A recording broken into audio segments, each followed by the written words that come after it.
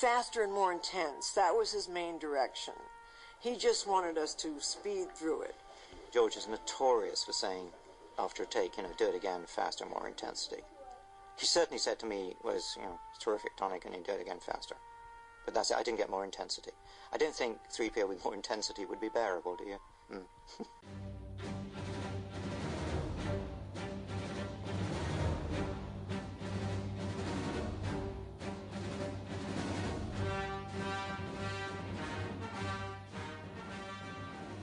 Alright, well, hello everyone, and welcome to FMI 16.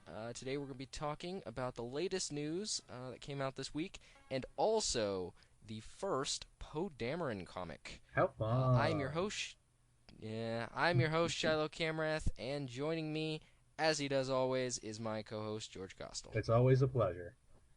Yeah, and so you just sighed right there when I said Poe Dameron. No, I said how fun. Oh, you said how fun? Yeah. I thought you sighed. Oh, okay. Work on your connection. How fun. Yeah. Yes. How fun. Yep. Well, what kind of news we should probably just skip that whole segment because, there really wasn't anything that came out this week. Yeah, there was a little bit of news about Rogue One, but I can't don't really think of any major happenings. Just kidding, you chumps. The Rogue One trailer came out. By now, you should have seen it. Like, for real. If you haven't seen it, stop the podcast, look it up, see the Rogue One trailer, come back. And don't do what I did, because when I first heard about it, I just looked up Rogue One trailer on YouTube and watched the first thing I saw, and it was some fan-cut version of it or some bootleg version of it that had no audio, and had like stuff printed across the screen, and then like halfway through it just looped back to the beginning. Did you actually think that was the real trailer? Well, I wasn't sure.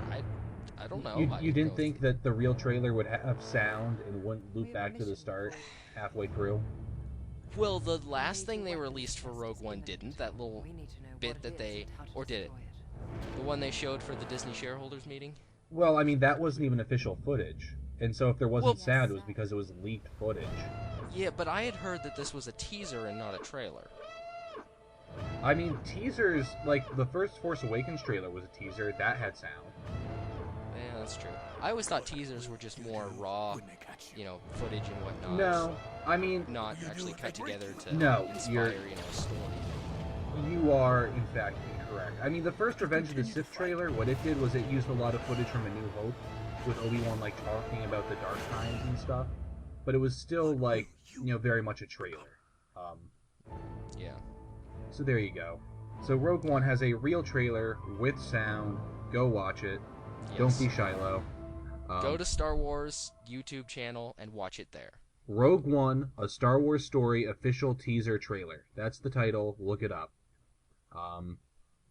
So that should be a lot of fun.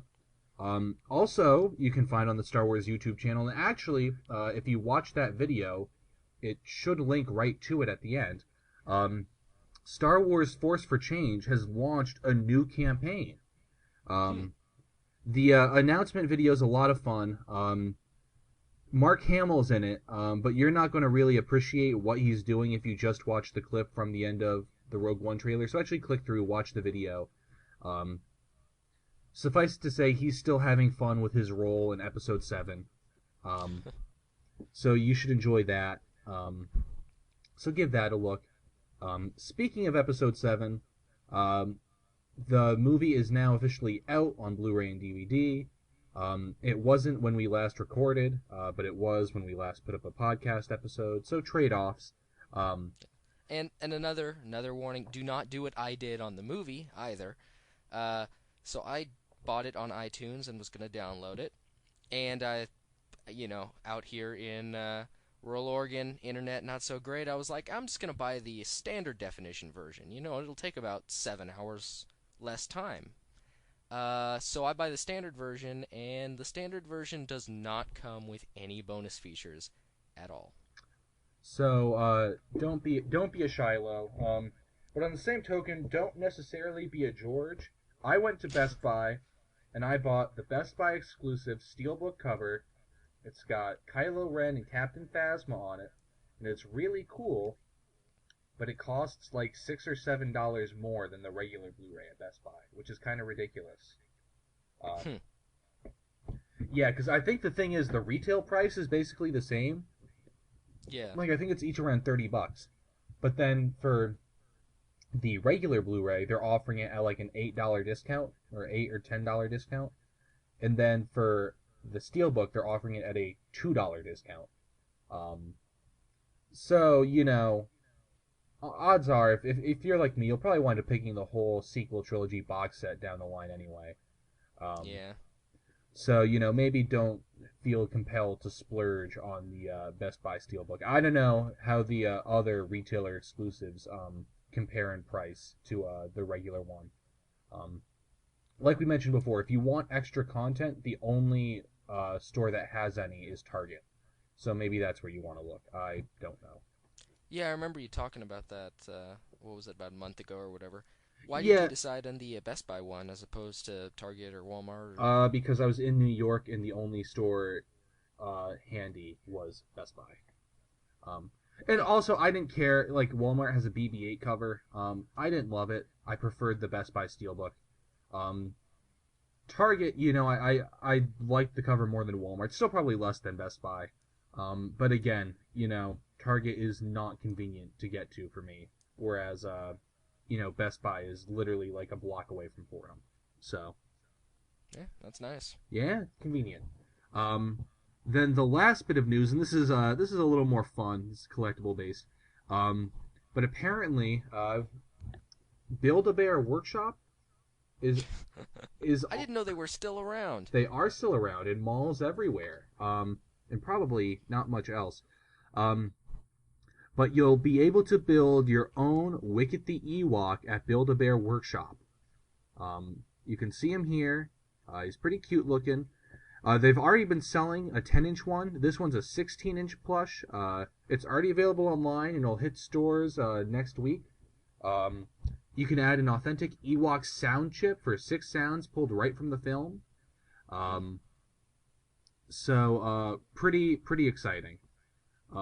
So, are you going to be picking one of these up, George? Oh, probably not. But I figured, I had to float it out there for people who were interested. And then, I think a picture of you in Build-A-Bear Workshop building your Ewok would be really fun. I don't know if there's a picture, but way, way back, like, that'd be 15 years ago, maybe? Maybe less than that. Maybe like 13 or 14. I went to Build-A-Bear Workshop, and I got a stuffed monkey. He was pretty cute. The one last thing I've decided I'm going to mention, mostly because I want to show it off. Here you can see Phil Noto, who's currently the artist on Poe Dameron, which we'll be talking about actually quite soon, and Chewbacca, which wrapped up I think in December, maybe early January. He did a fan-made poster for Rogue One, and I think it's pretty darn cool looking. And hopefully you agree. Yeah, that is cool. So I'm assuming then that these 3 people on here are going to be our 3 main leads, huh? Well, I mean, bear in mind, this is a fan-made poster. He doesn't have any more information about it than we do. I would certainly say that Diego Luna, who's, the rebel officer there in the jacket, and Felicity Jones, who's Jyn Erso, are going to be leads. Yeah. I think Donnie Yen's character will probably be pretty important. Forrest Whitaker, despite his preponderance of narration, I actually thought would be more of a supporting role, so we'll see. Now, I mean, is my eyes playing tricks on me, or do I see Darth Vader's helmet to the right? You do, but picture? Again, fan-made poster, so he's just speculating there. But I mean, it's pretty common speculation. So, what I was going to say, though, before we think that Forrest is going to be too important, I hope he is. I really like Forrest Whitaker. I thought he did a good job with what we saw in the trailer. But think about the second Force Awakens trailer and who narrated that, and compare how many lines he had there to how many lines he had in the movie, and you realize that it doesn't always line up. Yeah. We'll be doing a separate segment to talk about Rogue One, so that's don't want to get too much into it. But I just figured this would be probably the better place to show this fan-made poster.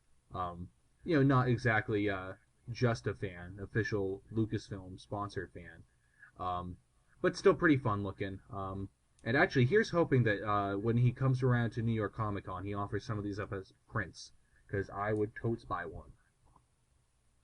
Yep. Well, yeah, like you said, we're going to be talking about Rogue One a little later in the next cast. But you just want to move on to Dameron now? I think that's smart. So the sole comic of this week was the extra big, extra expensive Poe Dameron, issue number 1. Yeah. Was it extra expensive because of the little thing at the end? Well, here's my thought. With all the issue 1s, for the main series at least, I think, certainly for Vader and Star Wars, and I think for Kanan as well, maybe not Kanan, they've been more expensive than your average issue. And they've always been like a little extra long. And here they decided to fill that length with the BB-8 story, which we'll talk about a little more in depth later. But the way I figure, like, even if they didn't have that story, they would have found a way to make this a $5 issue. So I'm not too broken up about its presence here. It's cute, it's fun. I have no complaints about it. But I guess before we talk about it too much, Shiloh, how did you like the issue? What were your general thoughts? Well, I didn't. I liked it. I didn't think it was as good as some of the issues we've been getting. And I know we talked about this a little before the show, but we can, you can probably chalk that up to whereas some of the issues of Darth Vader, the recent Shutoran Wars we've been getting have been excellent. And the Obi-Wan and Anakin, it obviously has a lot of stuff from the prequels and Clone Wars to draw on, whereas this one is really setting us up in an unknown world. So you like you were saying, it's a setup, so it not as exciting as it could be. As far as the issue goes, I didn't think it was totally exciting. The art, we could talk about that in a little bit, was okay. I didn't necessarily care for it too much. But overall, I think we'd probably just wait a few issues to make a sweeping generalization about the series. But I am excited to read the next issue. Yeah, I agree. I think Charles Soule has proved himself to be probably the best writer Star Wars has at this point. He did Lando, right? He did Lando. He's doing Obi-Wan and Anakin. Oh, okay. Both of which have been fantastic. This is going to be his first ongoing series, so I have pretty high hopes for it. But I agree with you. I liked it. I didn't love it. Certainly, I would say of Soule's first, of his 3 opening issues, like Lando 1, Obi-Wan and Anakin 1, Poe Dameron 1, I would probably agree with the statement that Poe Dameron 1 was the weakest. Yeah. But at the same time, I think it has to do a lot more, because we know Poe from The Force Awakens. And, he's had a few other appearances, like he had, the Before the Awakening young adult novel. He was in that. But it's not like there's too much information about him, or we've seen him too much.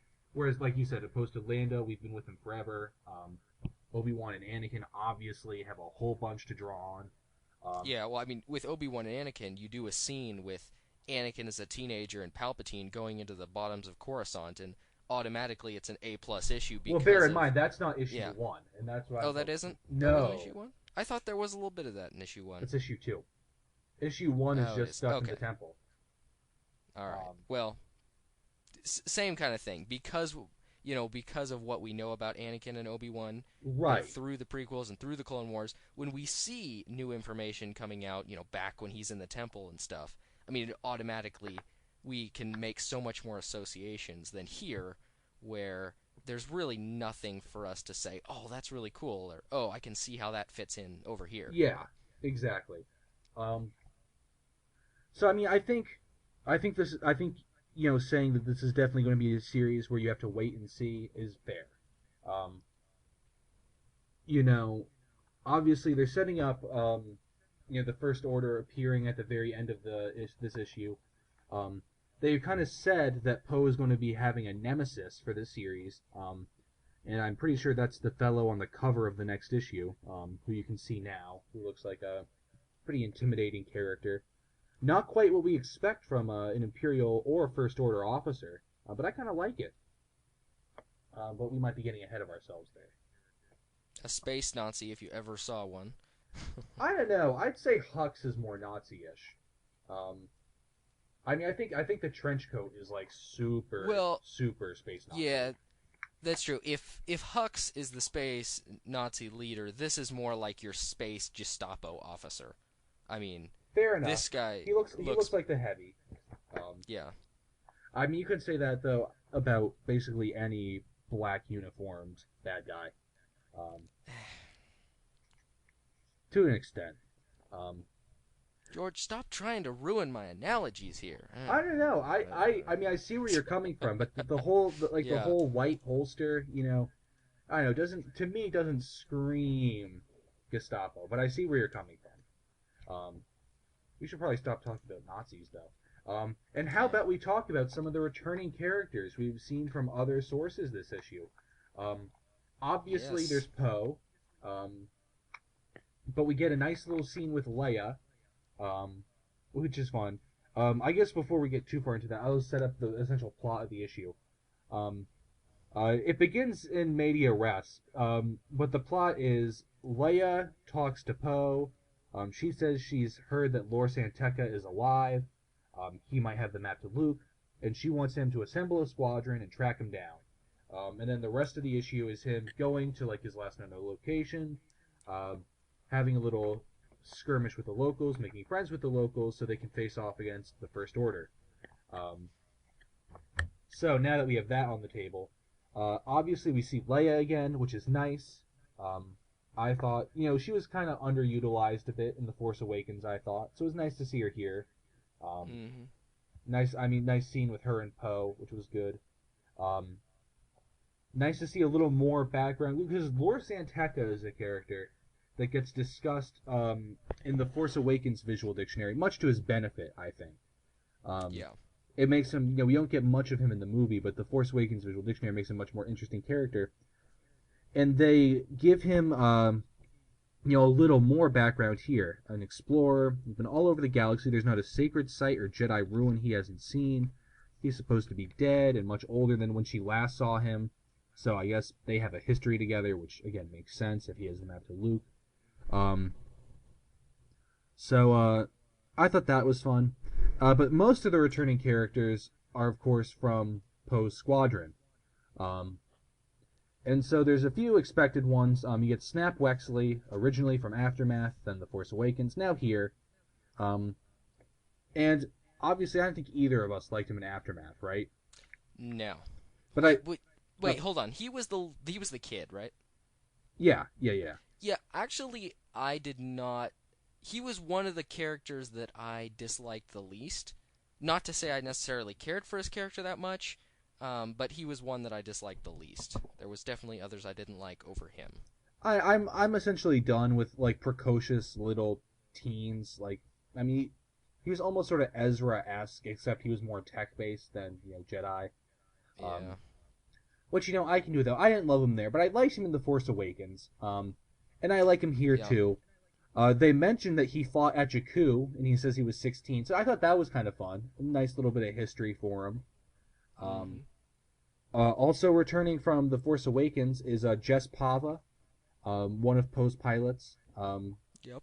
Obviously, we didn't see much of her in the movie, but I think, again, with her and Snap, it'll be fun to see them get a little more developed. Sort of like what, like the Rogue Squadron novels and comics did for, like, Hobby and Dak and Wes and that whole crowd. Wedge, of course, too, obviously. Yeah. So very exciting. Hope to see a good bit of stuff coming from her. And then perhaps the surprise returning character is Lulo, the Duros pilot from Shattered Empire. Mm-hmm. He was the one giving Shara Bey a hard time for working too hard. Yeah. Did he even tell her that she needed to go home and visit her kid? Yeah, essentially. Encouraging her retirement.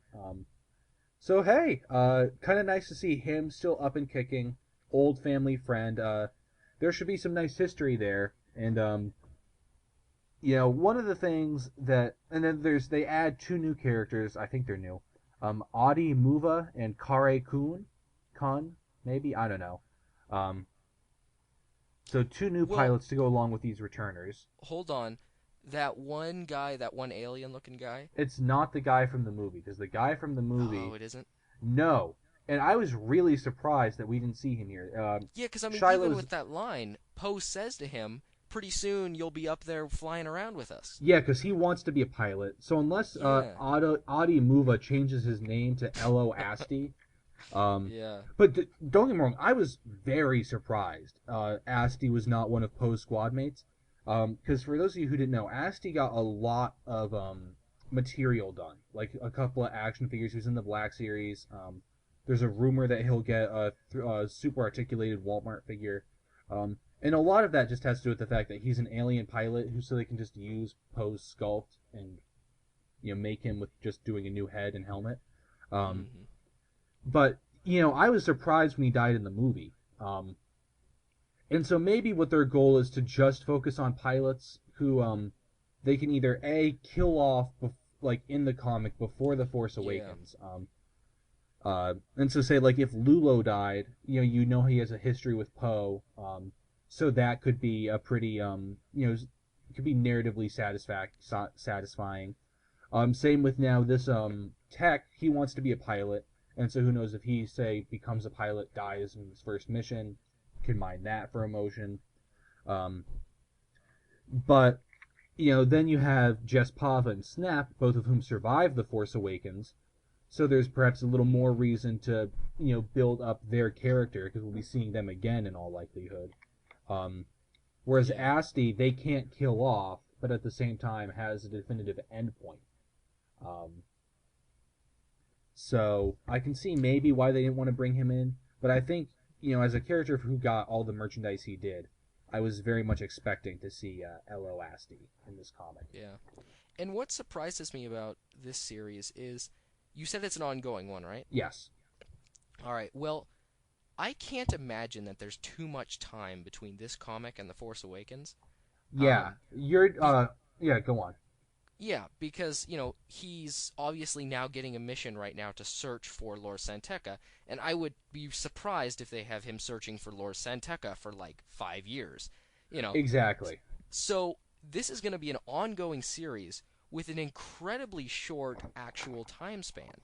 I mean, with the Star Wars and the Darth Vader comics, they've got how many years between 5 and 6? Between 4 and 5. 4 and 5, sorry. There's a good amount of years between those two movies, I think right? 3. 3 years? Maybe 4. Yeah, and I can't imagine this being very long at all. So yeah, no, I think you're right. 3 years isn't a huge amount of time. But it's the length of the Clone Wars. There's plenty of stuff they can do. But you're right in saying, here it feels like it's got to be really close to The Force Awakens.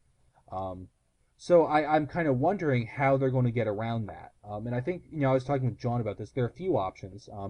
Obviously, we talked about Poe's getting a nemesis in the next issue.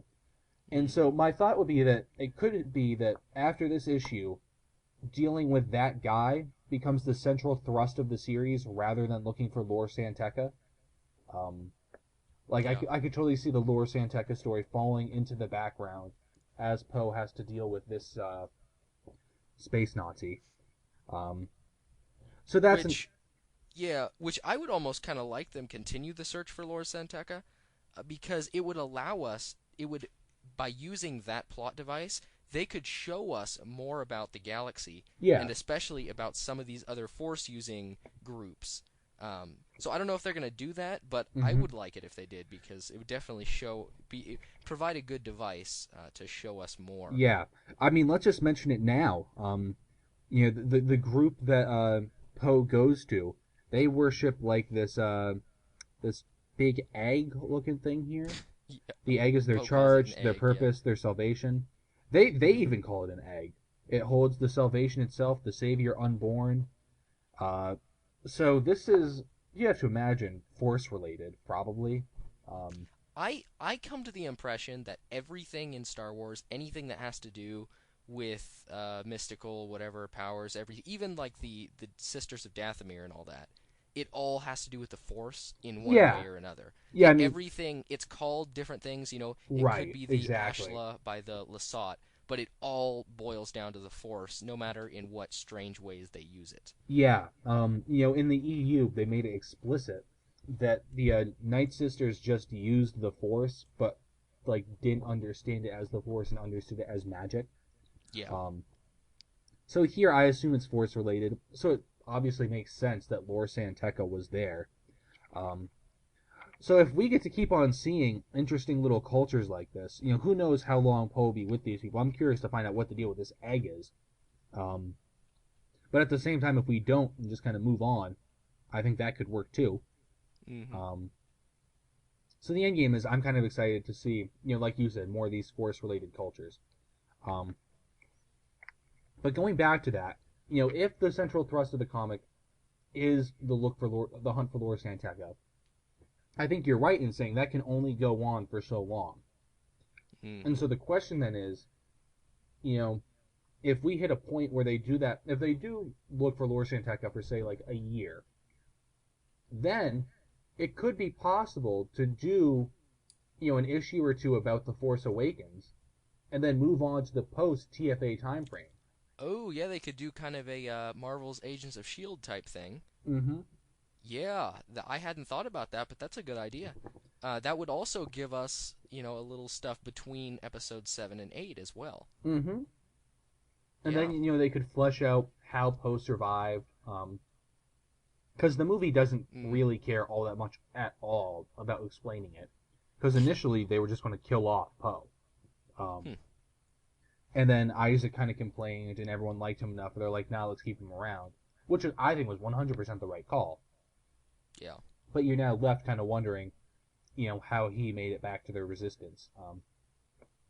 So who knows? But that would be fun to see. Then, you can have stuff with him and Finn growing out, which obviously I'd love to see. And so obviously that can't happen immediately. Because they're not going to, I don't think they're going to let them dive too much into like the journey to episode 8. Almost 2 years, a year and a half out for the movie. But, if they can keep up the hunt for Lor San Tekka for, a year's worth of issues, then maybe they'll start to go past The Force Awakens. Who knows? Yeah, I think it's a good theory. Mm-hmm. So we'll see. Here's hoping. Yeah. Let's move on. You mentioned it earlier, to the art of the issue. Yeah. Now, you tell me how you feel about that, Shiloh. I didn't feel a lot about it. Yeah. No, I didn't care for it so much. I'm not exactly sure what it was that I didn't. I think, now, let's see if I can remember. It wasn't very detailed, was it? Well, It was not as like, I don't know, very lots of details, very well done, and it just seemed a little more like the Chewbacca comics. which makes sense because it's the same artist. Oh, it is. Yeah, Okay, it's well, Phil I Noto. didn't know that, but yeah. So thought I I mentioned didn't care it for it. earlier. I just thought it was a little more simplistic than some of the other, series we have. He's definitely got a certain style. Focusing because he's one of the few artists I can think of offhand who does his own coloring, I believe. And so I agree. It's definitely different than what we usually get. And I don't always love his art. But at the same time, like, I definitely don't hate it. It's fun, I think. I don't even know. I mean, Phil Noto's got a very distinctive style, is what I can say. Either you'll like it or you won't, and I'm not sure there's much around that. Now, I have a friend who's really into comics who says he thinks Noto's a very good cover artist, not as much as interiors, and I kind of see where he's coming from there. Yeah. Well, and I think you said he does his own coloring. I mean, that would obviously leave less time for drawing extremely detailed panels if you have to also color it in a certain amount of time frame. Mm-hmm. But at the same time, I think he does a really good job with the coloring, some of the shading. So, I mean, it's certainly a trade-off. And I obviously I don't think I'd want every Star Wars series to be illustrated by like this, but here, I'm okay enough with it, I think. Mm-hmm. I did like the design of the Imperial or the First Order. I Yep. don't know how to describe that, but whatever it Mobile was. mobile base, because it's not a transport because it's got the First Order transports on it. Yeah, I would call it a platform, like a mobile platform or something. Mobile It's like an aircraft carrier. That's what it was kind essentially, of yeah. similar to. I Yeah. really liked the look of that too. I was going to mention it, so I'm glad you did. Um, but it got a whole bunch of guns. It's got looks like some regular ties. You got some special forces ties on it. You got Yeah. obviously some landers. Looks big and imposing. We got some stormtroopers with jump packs. Uh, it's pretty ominous. And I kind of like the idea. I kind of like the idea of this not being like a wide use thing, because obviously we didn't see Mhm. anything like that in the movie. Um, so I kind of like the idea of like Poe having to like track his nemesis, who has his own little aircraft carrier to move around. So I think that could be a lot of fun. I'm looking forward to seeing how that features in. So we'll see. Yeah. Although I don't know about you, but I mean I like the design of it, but technologically I'm not exactly sure how much sense it makes. Um, unless that is like purely an atmospheric ship, because I don't imagine them jumping to light speed with like exposed decks with their ties just sitting on them. You would think they would have to have if they have like a shield around it, that could be okay. Um, Yeah, Mag clamps maybe. maybe. Yeah, I could see it being like an atmospheric thing that they, Yeah, deploy from a transport ship, and that would make sense. But as far as that being a actual space going vessel, a little iffy on that. yeah. Now that's fair. So who knows? We'll see. Obviously, it's in the issue for a single page. Yeah. So we really shouldn't read too much into it yet. Yeah, But and like I said, I like the design of it. But yeah, yeah, it'll be fun to see how they use that. yeah, exactly. Um, then that's at the very end of the issue, kind of, because right after that, we get sabotage. Probably just call it Oh sabotage, but wow, it I features just got that. BB-8. I just got that. I just got the title. Good job. Okay. Um, Thank you. but it's essentially it's a little mini comic, not by Soleil or Noto, by Chris Eliopoulos and Jordi Belair. I'm hoping I said correctly. But it's essentially BB-8 annoying slash. I mean, it's essentially him annoying this pilot and this tech to make the two of them fall in love. Yes, Um, this is what a droid should be. Chopper would just annoy those two pilots just for the pleasure of annoying them. mm-hmm. BB-8 is smarter than both of them, and he's trying. It's like the droid trap. He's trying to get them together. Yes. So that's a lot of fun. I mean, it's cute. Is really all you can say about that, which is kind of befitting, I think, a BB-8 story. Yeah. Um, And yeah, like I said earlier, they are leveraging BB-8's cuteness for all they can get out of it. mm-hmm. They just taking this train and running with it. Yeah. So, I mean, obviously, ends with the two of them falling in love, or at least going for food together. Uh, BB-8 gets a kiss, which is delightful. I mean, it's fun, it's cute. And the important thing here, I think, if you might be annoyed by its presence, is that it doesn't really cut into the length of the issue. Poe Dameron is a $5 issue. It's $1 more than usual. But the actual story content for the main story is the same as a regular issue, and then it includes this extra issue on top of it, this extra little BB-8 story. So I would be a little surprised if this becomes a regular feature, at least to the extent that it is here. Maybe like a page or two each time they could pull off. But it's fun. It's cute. The art kind of reminds me a little bit of Calvin and Hobbes. Yeah, it was definitely going for a Sunday Comics kind of look. Yeah. So again, I'm fine with it. It's nice. And that's all I have to say about that. Yeah.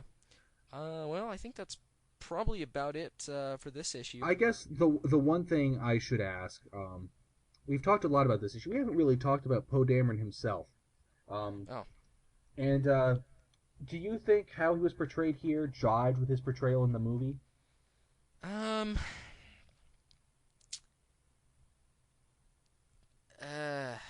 don't know. Not well, let me say this. It wasn't like a perfect portrayal. So it wasn't like word for word. I don't think it was completely opposite. I think that they probably could have portrayed him slightly more than he did in the movie. But again, I don't think it was bad. I think it probably could have been improved, though. Well, then the question is, are the events of this story going to kind of lead us to where he is in the movie? But at the same time, I think you're right. I don't know if it's 100% spot on. But like I said, in the movie, we get kind of a limited picture as to his real personality. I mean, but here you can tell he's still, very genial. Like his first line to his pilots are like, all right, look at you guys, looking good, looking tough. And I'm like, yeah, that feels like Poe. He would say that sort of thing to Finn, I feel. And so, I mean, it's, like I said, not spot on, but I think it gets a lot of it right. So we'll see. Yeah.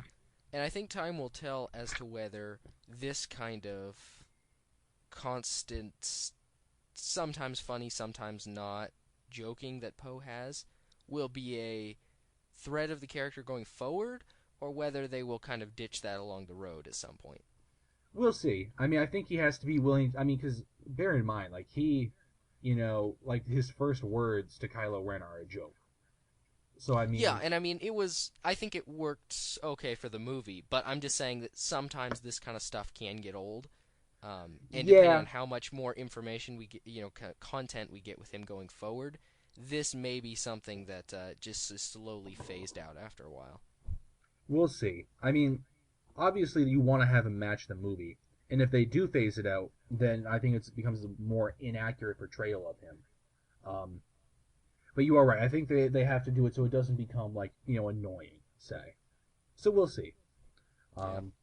But now I think that's basically all I have to say about that. All right.